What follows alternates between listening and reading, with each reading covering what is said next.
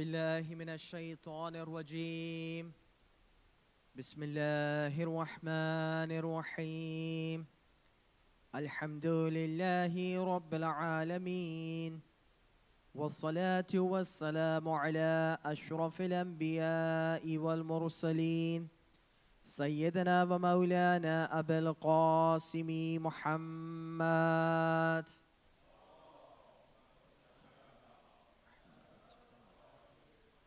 وعلى أهل بيته الطيبين الطاهرين المعصومين المظلومين الغر الميامين، ولعنة الدائمة الباقية على أعدائهم أجمعين من الآن إلى يوم الدين.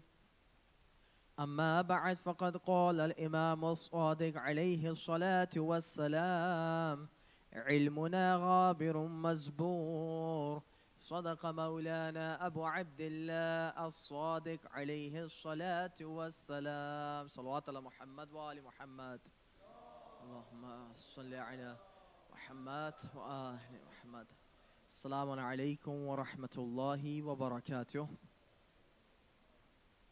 Inshallah, before we start the majlis, we'll raise our hands and we'll ask by the wasila of Ali Muhammad alayhi salam that Ya Allah, bihaqqi Fatimata wa abiha wa ba'liha wa baniha. Ya Allah, we all are here, and of course we have so many supplications and hajat that we have regarding this world and regarding the hereafter. Ya Allah, please fulfill all of them.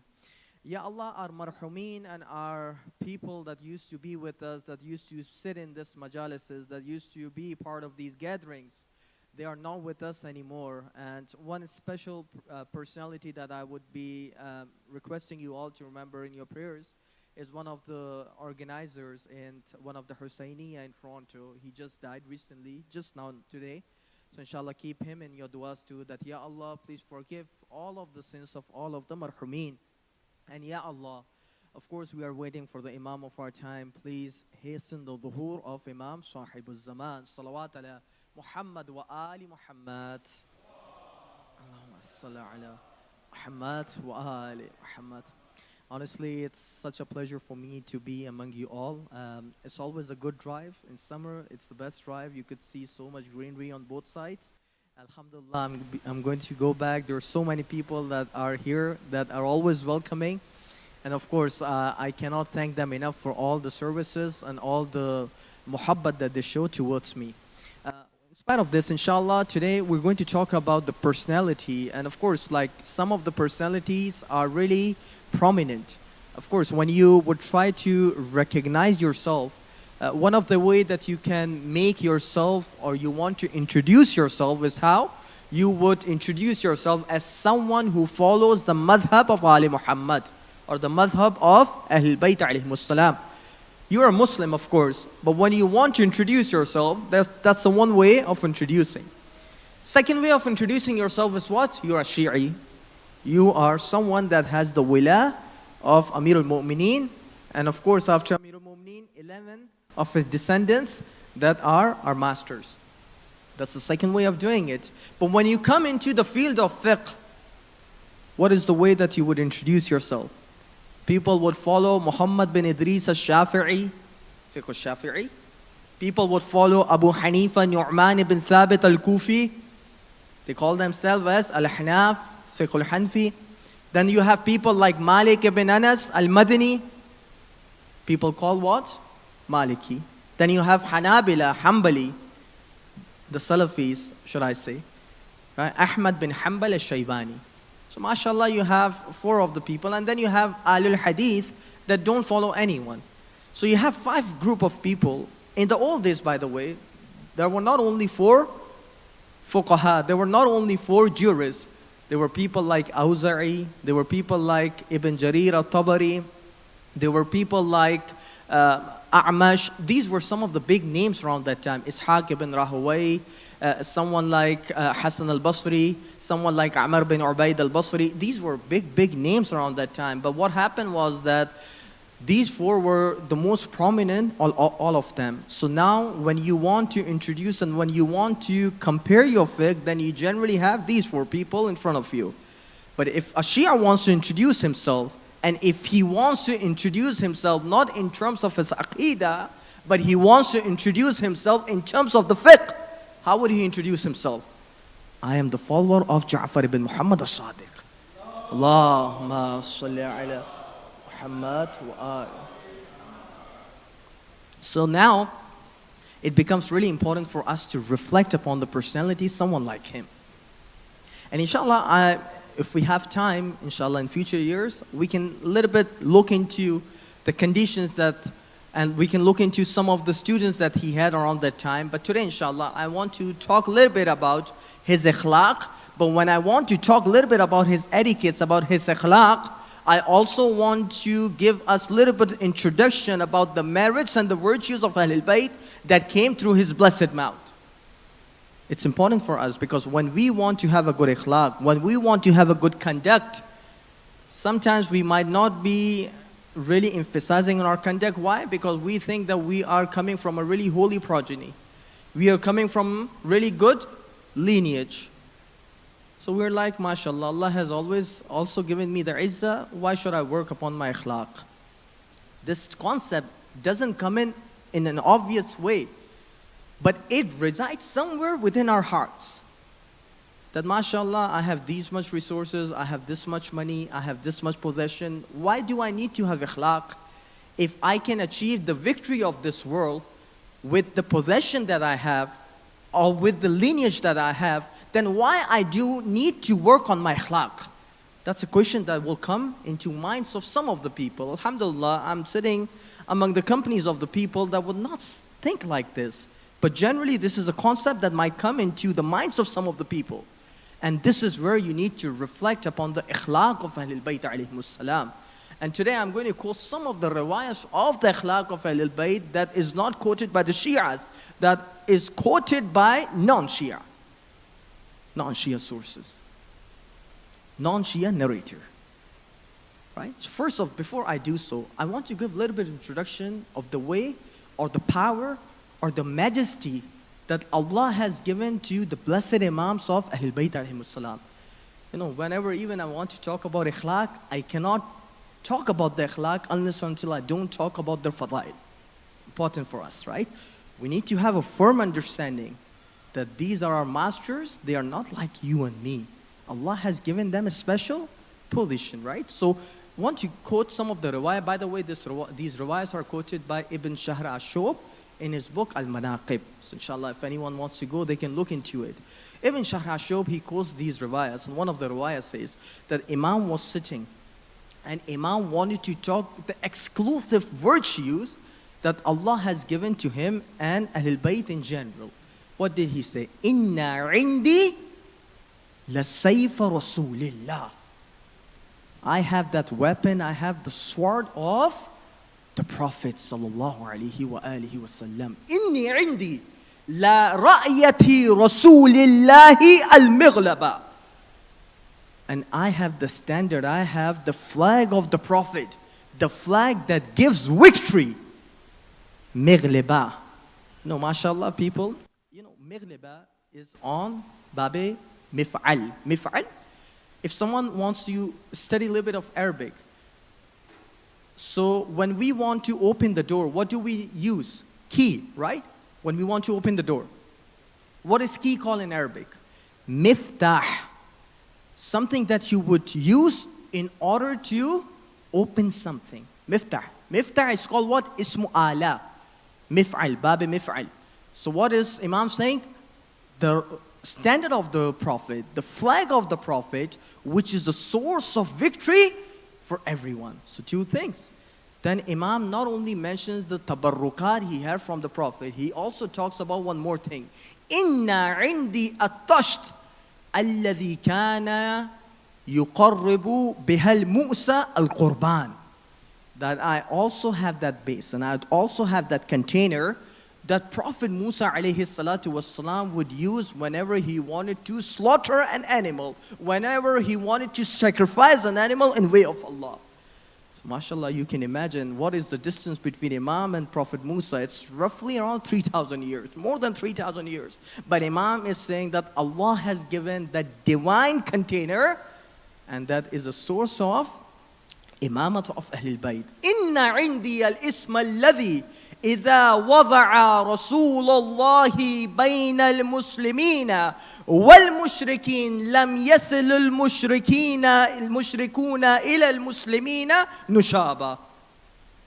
And I have that ism, I have the name of Allah, that one prophet would use that name and he would be fighting against the polytheists.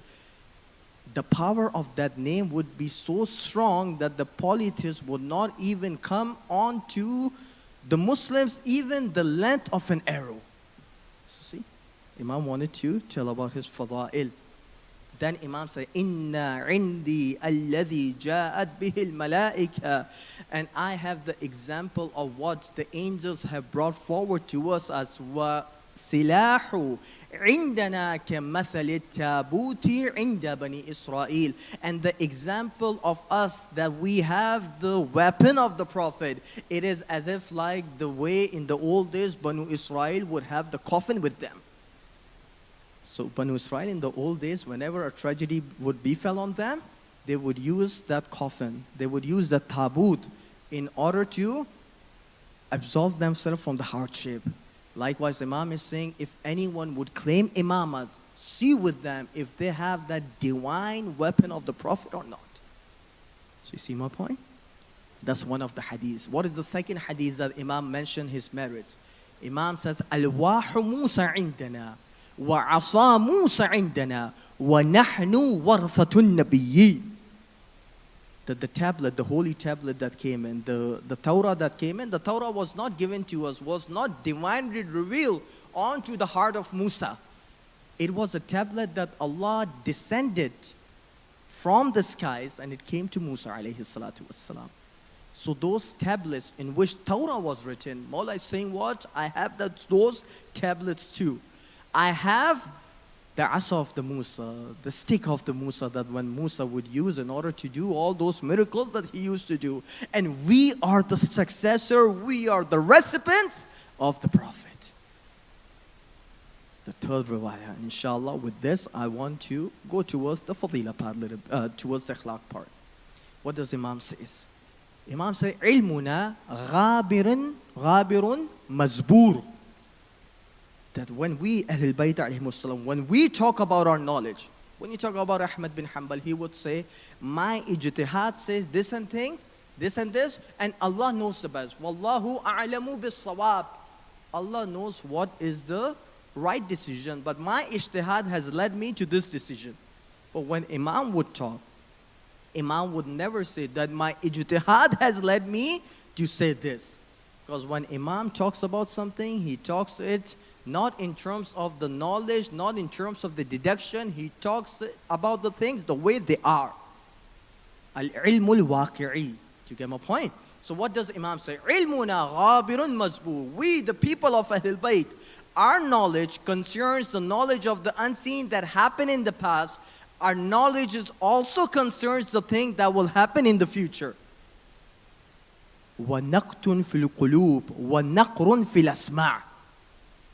You want to understand our knowledge? The knowledge, the source of the knowledge that we have, it's a divine inspiration that comes right into our heart. It's a message that we hear from the angels. So whenever the knowledge of Ahlul Bayt would come in front of you, it would either be a divine inspiration from Allah Almighty that Allah would directly put into their hearts, or there will be an angel from Allah Almighty that will relay the message of Allah towards Ahlul Bayt alayhimus salam. So you understand the capacity. And now Mawla just didn't stop there. Mawla said, Inna indina al-jafr al-abyaz, Inna indana al-jafr al-ahmar, wa inna indana mushaf Fatima. Jafar, ilm Jafar, probably the people here, they might have heard about it. But when we say Jafar of Ahlul Bayt alayhimus salam, Jafar means what? Container. In old days, when they want to fetch something, when they want to put something, they would put it into a container. That container is called what? Jafar. It was made up of leather. So that thing is called Jafar. Al-Jafar al-Abyaz. I have the white container and I have the red container. Inshallah, one day we have time, we'll talk about Jafar al-Abyaz, we'll talk about Jafar al-Ahmar, and we would also talk about Mus'haf of Fatima. The divine book that Sayyidah Fatima Salamullah alayha had. The riwayah says in Al-Kafi, I would just quote one portion of it. Imam Sadiq said that as soon as Prophet died, Jibreel used to descend from the skies all the way to Sayyidah Zahra and would have conversation with Sayyidah Zahra about the events that will happen in the future. And when Mawla, Amir al-Mu'mineen, would listen to it, Amir al-Mu'mineen would write down each and everything that Jibreel would quote to Sayyidah Zahra. And whatever book Mawla combined by writing the conversation that took place between Jibreel and Sayyidah Zahra, that book is called what? Mus'haf of Fatima.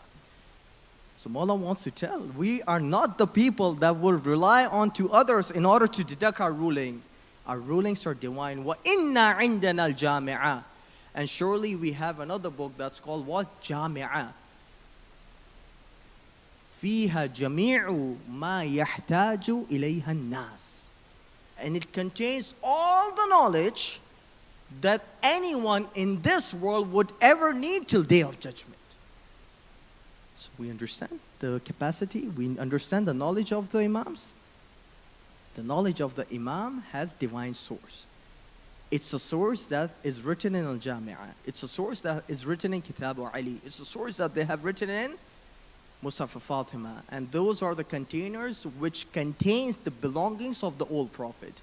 When you hear that Imams had Asa of Musa, when you hear that Imam had these and these miracles, these and these signs of the previous prophets, where they would use to keep all of them, they would keep them in that white and red container that had. Inshallah, one day, the scholars have written a whole book on this topic, Mus'haf of Fatima, Al-Jafar al-Ahmar, Al-Jafar al-Abyad, Al-Jami'ah.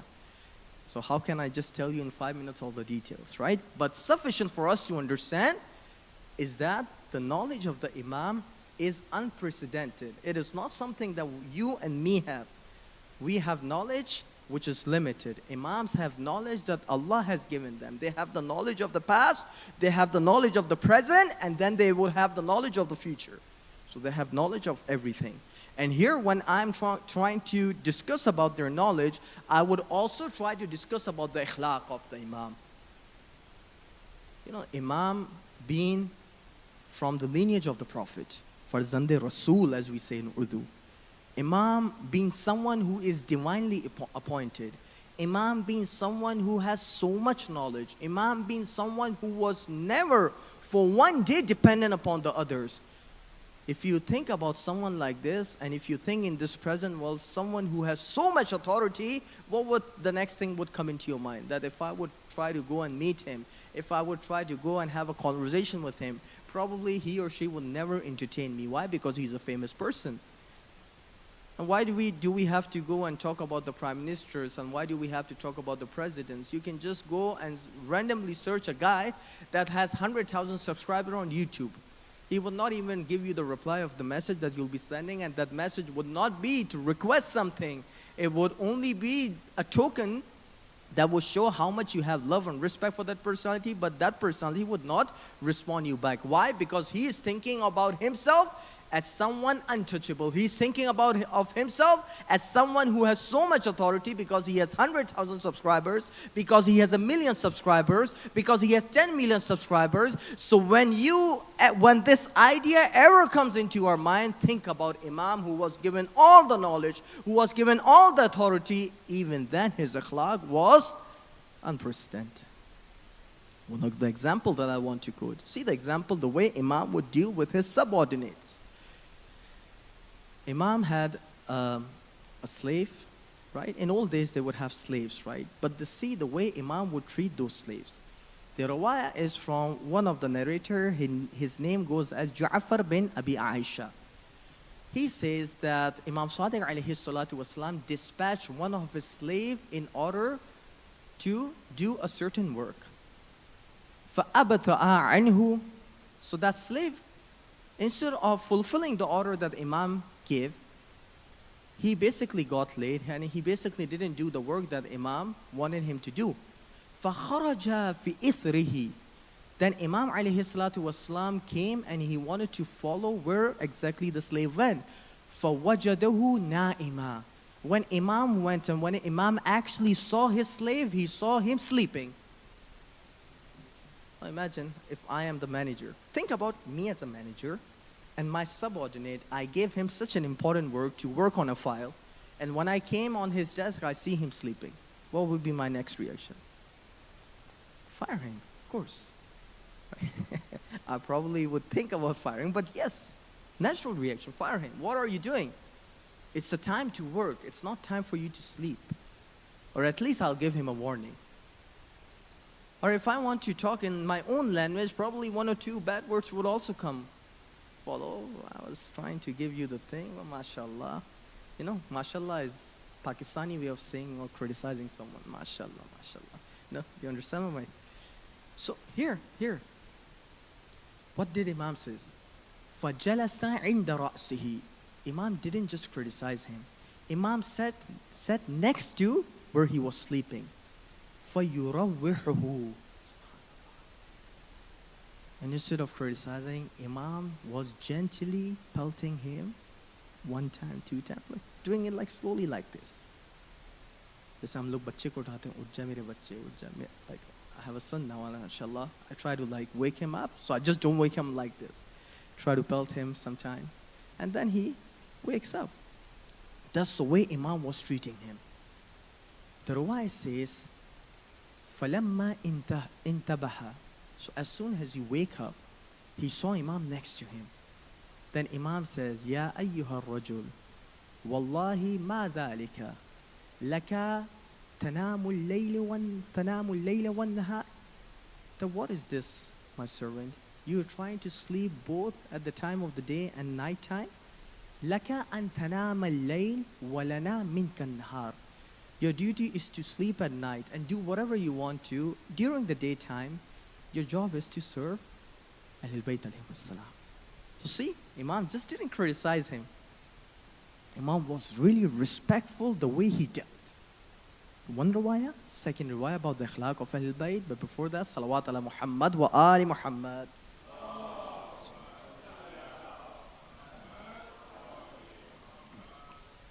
Second riwayah is from Malik ibn Anas. Malik ibn Anas al-Madini. Same Malik ibn Anas that the people that follow fiqh al-Maliki, they follow Malik ibn Anas. Same Malik ibn Anas who has written a book which is called Al-Muwatta. The Pakistani sometimes says Al-Mawta. It's Al-Muwatta. Muwatta is a better way to say it. Likewise, he has a whole book which is called Al-Mudawwanatul Kubra, which contains the ruling that he has given. Likewise, he has other books too. He was one of the most prominent scholar at the time of Imam Sadiq alayhi salatu wassalam. So someone who was contemporary, someone who had discussions with Imam, someone who didn't believe in the message of Ahlul Bayt. That's why. Why would you follow someone else? Why would you have your own fiqh when Imam was there? You get my point? So someone who doesn't belong to us. By the way, this riwayah is quoted by Sheikh Tusi in his book Al-Amali. Inshallah, one day we have time, we can talk about a little bit of Amaliyat. Sayyid Murtada has written one Al-Amali. Sheikh Sadiq has written one Al-Amali. Sayyid Murtada has written Al-Amali. And likewise, Sheikh Tusi has written Al-Amali. Al-Amali means that you would sit in a majlis. Whatever your teacher would quote the riwayah, you will just write it down without going into the details, without going into the topic that he's talking. You're just writing it down, whatever he says. But there is a good message. It tells you the details the scholars used to have around that time. So one of the Amaliyat that we have is the Al-Amali of Sheikh Tusi. Sheikh Tusi says that it's quoted by Malik ibn Anas. He quotes it from Malik ibn Anas, and Malik ibn Anas is telling his observation regarding Imam Sadiq. I want all of you to focus what he says. Today I was being told you have enough time. You can speak as much as you can because the time of the Maghrib is around 8:40, 54-ish, right? I'll finish right at 8:53, 59 seconds. Is that okay? Just joking. Inshallah, I'm going to finish around the time that I'm given. But inshallah, I want all of you to focus on this thing. I'm not going to take a lot of time. We have to go to the Musibah part too. See someone, a non-Shia, talking about the Imam. By the way, this is same Imam Sadiq alayhi salatu wasalam. That's a topic for another day. probably the people that are listening to me, they would criticize me after my majlis that whenever you want to discuss a topic, you say you want to discuss in the next majlis, in the next majlis. No. These topics require a lot of details. But Imam Sadiq was not respected by the Sunnis the way Shias respect them. Go to the book of Dhahbi, Shamsuddin Dhahbi. He has a whole book which is called what? Mizanul I'tidal. Mizanul I'tidal is a whole book on Rijal that he has written on the weak narrators, on the Du'afa, on some of them that are not trustworthy. And within it, he has included Imam Sadiq too. Imagine someone who was Sadiq, but he is deemed as weak. Bukhari, in spite he was living around the time, not around the time, but he was someone that could have quoted from Imam Sadiq. He never even narrated one hadith from Imam Sadiq alayhi salatu wassalam. And Ibn Taymiyyah used to write that Bukhari used to deem Imam Sadiq as a weak narrator. Imagine someone like as Imam Sadiq being a weak narrator. So when I'm quoting Malik ibn Anas, you need to understand I'm quoting the personality from a school of a thought that didn't have much respect for Imam Sadiq. And not only the Yahya bin Sa'id al-Qattan, Sufyan al-Thawri, these were some of the people that criticized Imam Sadiq. And they used to deem him weak when it came to narrating the hadith. But inshallah, that's a topic for another day, and we can refute them in another majlis. But sufficient for us to understand that these are the people that didn't have much respect for Ahlul Bayt. So this is Malik ibn Anas. Malik ibn Anas said what? Malik ibn Anas says, وَكَانَ رَجُلًا لَا يَخْلُو مِنْ أَحَدِ ثَلَاثِ خِصَالٍ. That when I met Imam Sadiq, I always used to see him consistently in one of the three states. إِمَّا صَائِمًا إِمَّا قَائِمًا وَإِمَّا ذَاكِرًا. What I would see him that he would be fasting, or if he is not fasting, he would be worshipping Allah Almighty. And if he is not worshipping Allah Almighty, he would be remembering Allah Almighty. Tasbih Jumpar, like the way we recite the tasbih. And then someone like Malik ibn Anas says, وَكَانَ مِنْ عُظَمَاءِ الْعِبَادِ وَأَكَابِرِ الزُّهَادِ الَّذِينَ يَخْشَوْنَ اللَّهَ. That Imam Sadiq alayhi salatu wasalam was being described as someone who was one of the most distinguishable and one of the most noteworthy person that had God-fearness within him, that used to abstain from the base desires of this world, who was someone that used to be among the top worshippers of this ummah. And then he narrates one of the incident.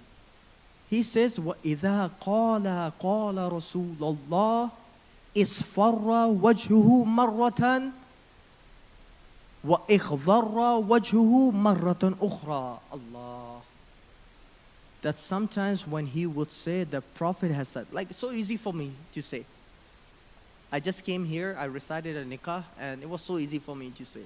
قَالَ رَسُولُ اللَّهِ النِّكَاحُ مِن سُنَّتِي فَمَنْ رَغِبَ عَنْ. So easy. My expressions didn't change. I was completely fine when I was quoting the Prophet.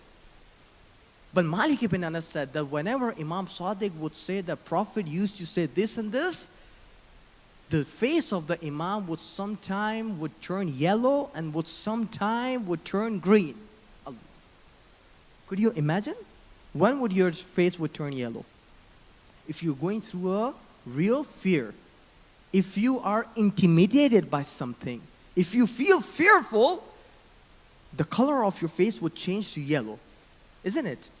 Imam, when he would quote the Prophet, his face would change because of the respect that he had for Jad, for his grandfather, for Imam, or Imamul Anbiya, for the Prophet.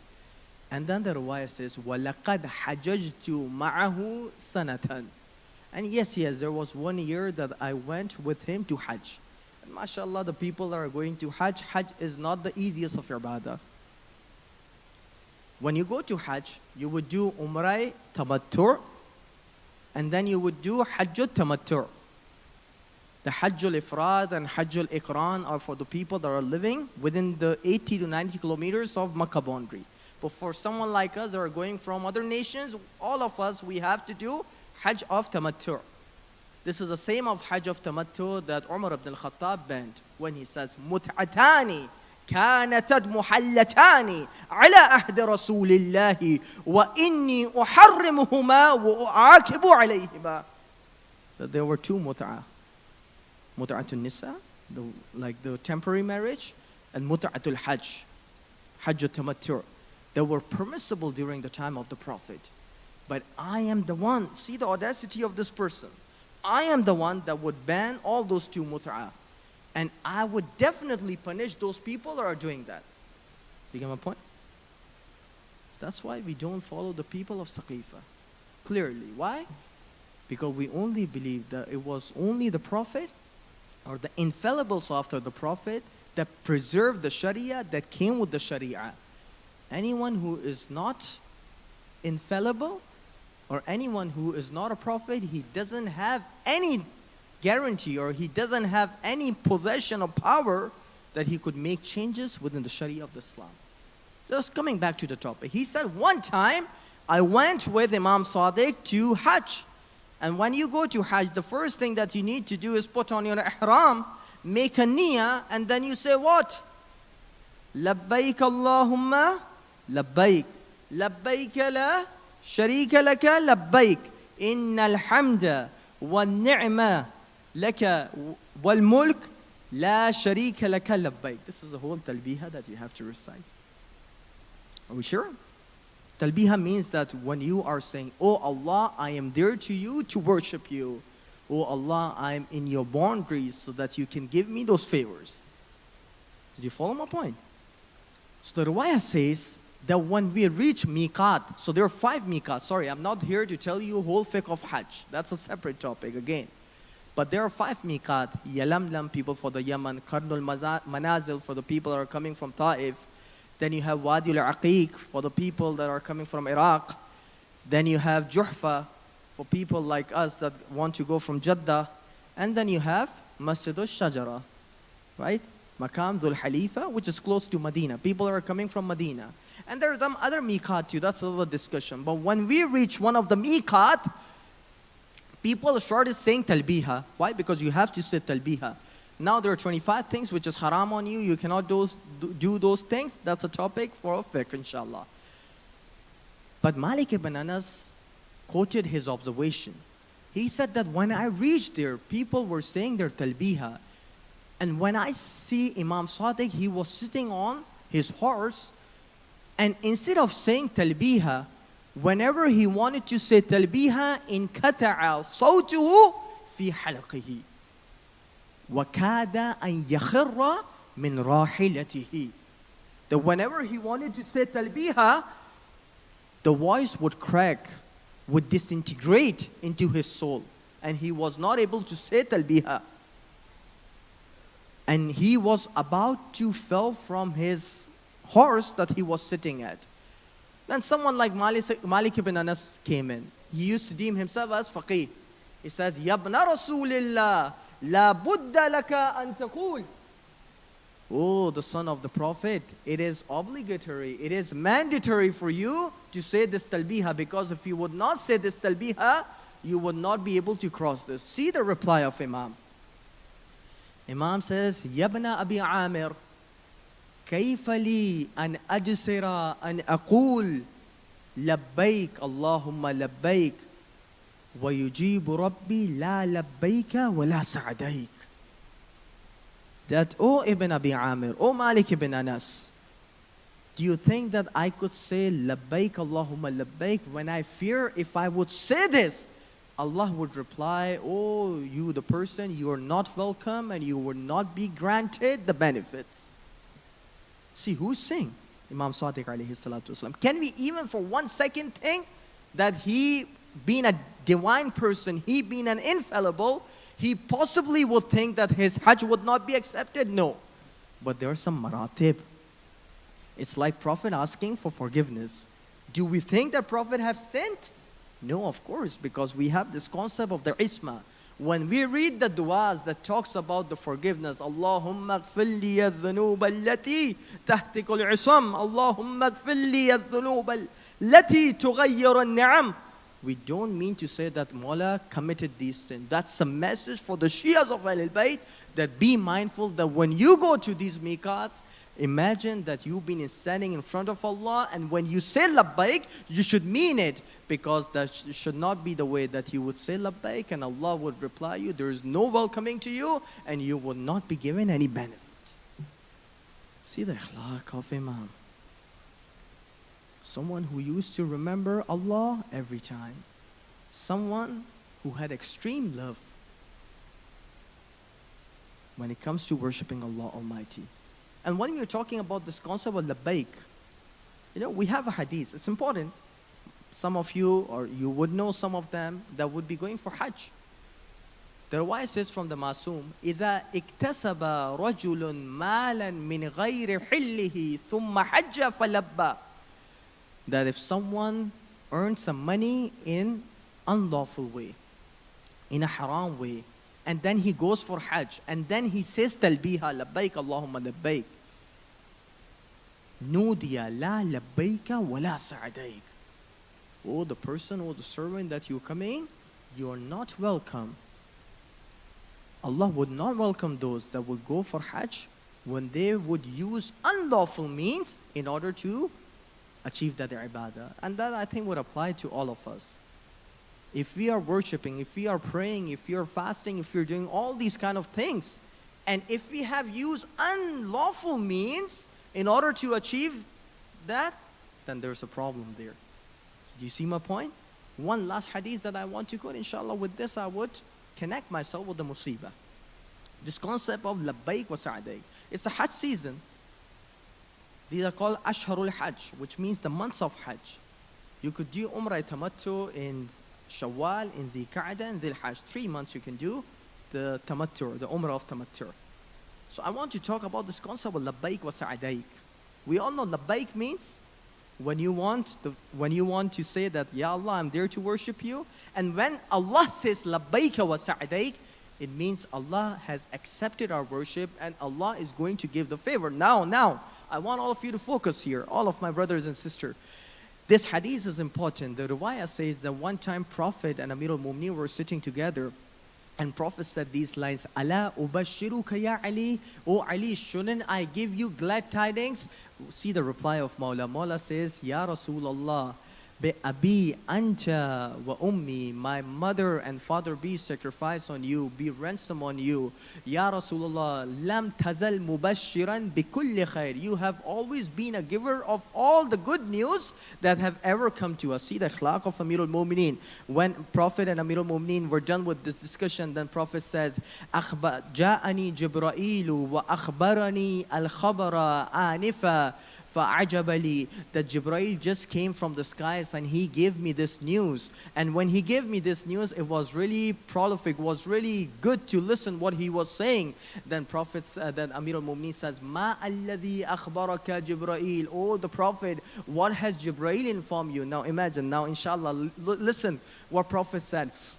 Prophet says, أخبرني جبرائيل إذا رجلا من أمتي يصلي علي وأتبع بالصلاة علي أهل بيتي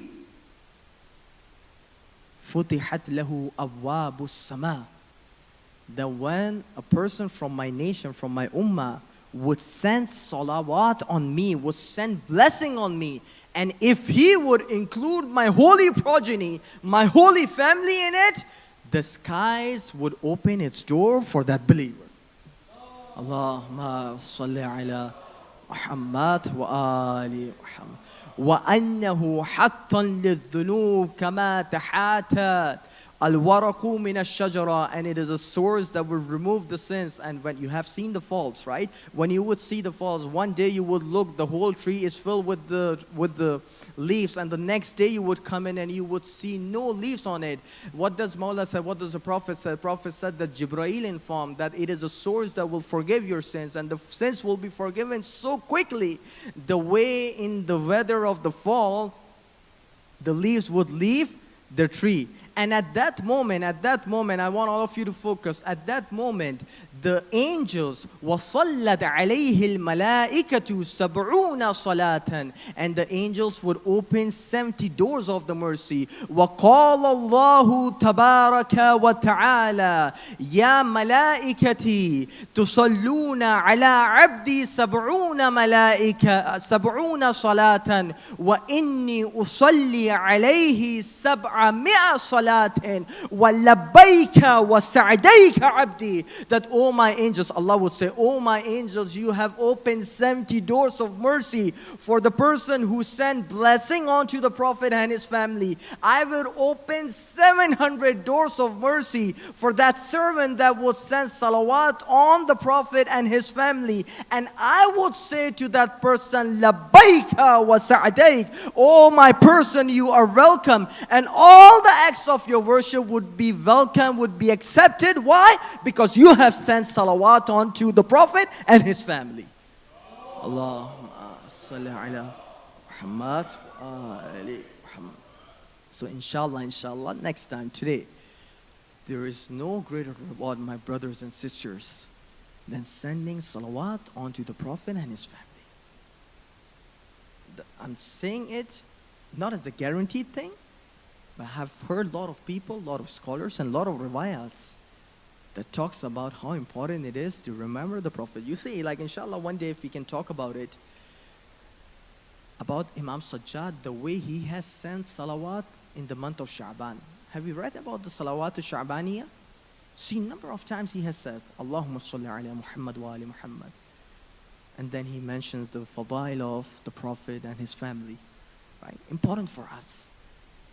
Even with the du'as, when we are trying to ask for the du'as, start with sending salawat onto the family of the Prophet. Then in the center, make sure that you send salawat. Then at the end, you send salawat. I'm pretty sure if we do this way, Allah would be really merciful on us, inshallah. One last riwayah that I want to quote and relate it to the musibah part. Sufyan al-Thawri one time came in to see Imam. The color of the face of the Imam was completely changed. Whenever a tragedy would befell on us, you could see the expression of our face would change completely. So likewise, Sufyan al-Thawri came in and he says, وَرَآهُ مُتَغَيَّرَ اللَّوْنِ. The color of the face of the Imam was completely changed. He said, Mawla. Mawla is my way, of course. He would not say Mawla, but that's my way of explaining. Mawla, what just happened right now? Mawla said, Imam said, Inni nahaytu an yas'adu fawqa al-bayt. I have asked the people that are working in the house, the slaves, and I have asked my family members, don't go onto the roof of the house. And there was one of the slave girls that used to take care of my baby. She was right there onto the top of the roof. فَلَمَّا بَصُرَتْ بِي. As soon as she saw me, ارتعدت وتحيرت وسقط الصبي من عندها إلى الأرض فمات. And as soon as she saw me, she got really fearful. She was completely confused. And the baby she was holding, baby of the Imam, she was holding, it fell and it came right onto the ground. Ya Sufyan, فما تغير لوني لموت الصبي إنما تغير لوني لما أدخلت رعب في قلبها. Allah. Oh Sufyan, the color that you see of my face is not changed because my baby is perished, because my baby has died. It is because the fear that came in, because when she looked at me, the fear that came into her heart, that thing has changed my color. Imam never wanted to make anyone fearful. Like we have. This is the personality. As soon as someone would see, they will be really fearful because this and this person is coming. And sometimes we Maulanas, when we come in, we try to instill fear into the hearts of the believers.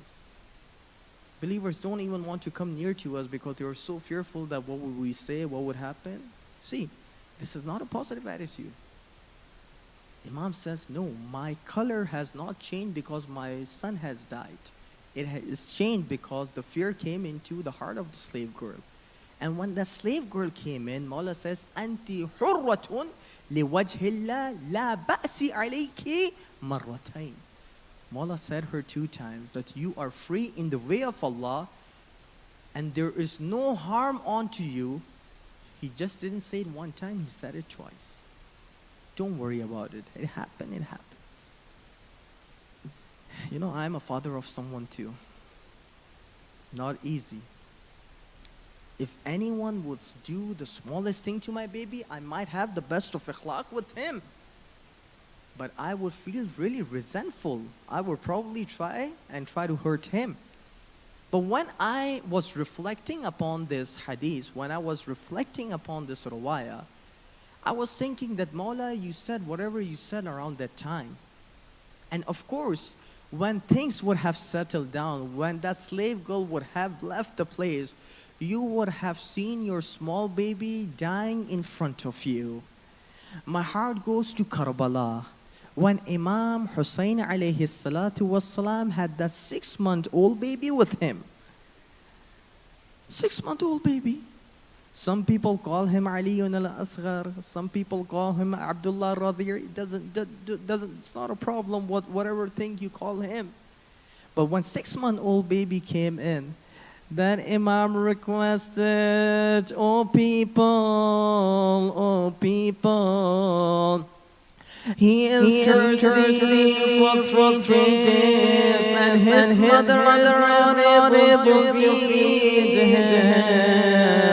Is it possible that if you can feed him with drops of water as soon as Imam expels 6-month-old baby? There were people standing near the Imam. They were not the force of Imam Hussein. They were the enemies of Hussein. But when they saw that baby with that face, they started crying on. And at that moment, Rabbi said, Hurmila, oh Hurmila, the people are having their sins, and make sure that you remove the princess from them. Hurmila took care. You used to have slaughter the horses and the same was used as pointed to Hussein.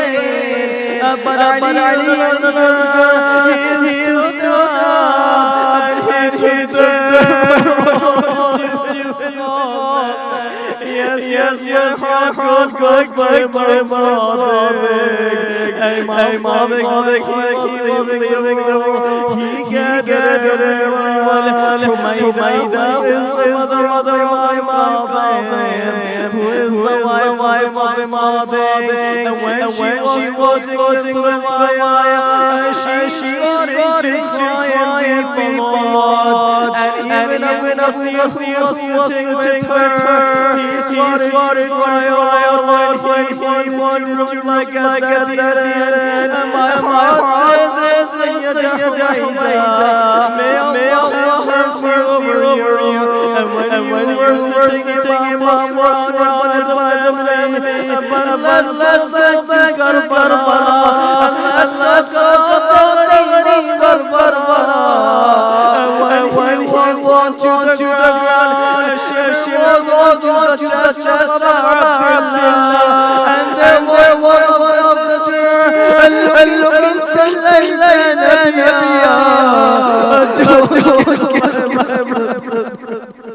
don't kill my brother.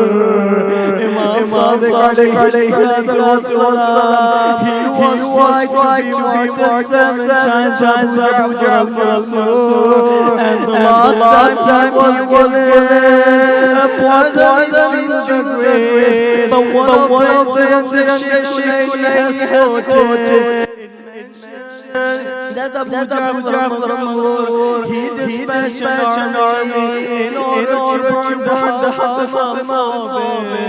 The whole house was burned. The khutbah says, and then when the house was burned, Imam Sadiq started to cry profusely. I waited here, and I said to my mom, oh my master, why were you crying? You were crying because you was the house. Was this the reason, Mawla probably remind me, oh my God, can I servant, I was crying because I lost the house. I was looking children, I was looking women of my house, how they were running when the house was put to the fire, and my heart was Karbala, that how my and how Zainab would have gone from one tent to another, from second to the third, and the tents were being burned. We say to our Imam, the Imam of our time, A'adham Allahu Ajrak, Imam Sadiq was leaving this world, and within one of these days, he was leaving the world, and we say, and we cry here, and we say it out loud, Wa Imam, Wa Ja'far, Wa Sadiq. Imam has said for Imam Qadib, he said that, oh my son, when I am martyred, you are responsible for my ghusl, and you are responsible for my burial, and you are also responsible to make sure that people will cry over me for 7 years in Mina. Within these years, Imam left us, but I would say sincerely, with both of my hands intact, oh Mawla, when you were leaving, you were sure that Imam Qadib would take care of your body, he would take care of your burial. But let's go back to Karbala. When Sayyid al-Shuhada was martyred, his body was left to the plains of Karbala, and then the horses and then they trampled.